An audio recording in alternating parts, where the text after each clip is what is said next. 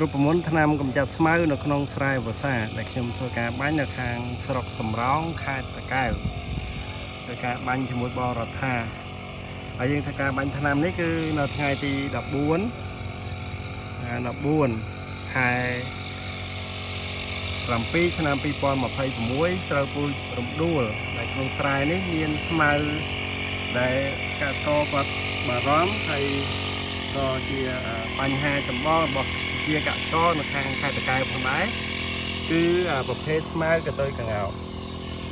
ស្មៅកតុយកង្កោកឬក៏ស្មៅផ្កាហុយស្មៅលុតជង្គង់នៅតំបន់នេះគឺមានច្រើនមែនទែនបាទនេះប្រភេទស្មៅនេះអញ្ចឹងប្រភេទស្មៅនេះយើងប្រើB52 25 ក្រាមជាមួយនឹង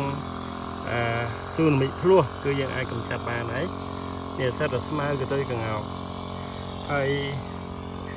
ក៏មានពួករំពាក់ទឹ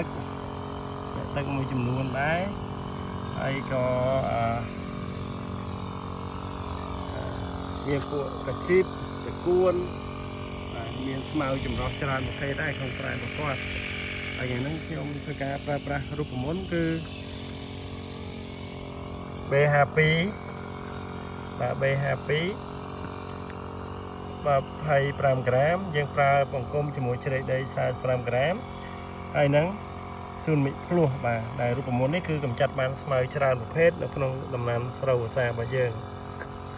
បាទស្រូវយើងខ្ចីបែបនេះស្រូវយកខ្ទង់20ថ្ងៃជាងបាទរូបមន្តនេះគឺយើងប្រើស៊ូណាមិកភ្លោះមួយឈុតហ្នឹងយើងប្រើ10ធុងហើយលាយជាមួយ B52 មកកញ្ចប់មួយធុងទៅហើយជ្រៃដីមកកញ្ចប់មួយធុងទៅសម្រាប់ផ្ទៃដី1ហិកតាណាឬក៏យើងបាញ់10ធុងបាទគឺយើងបាញ់បែបហ្នឹងអូខេសូមអរគុណ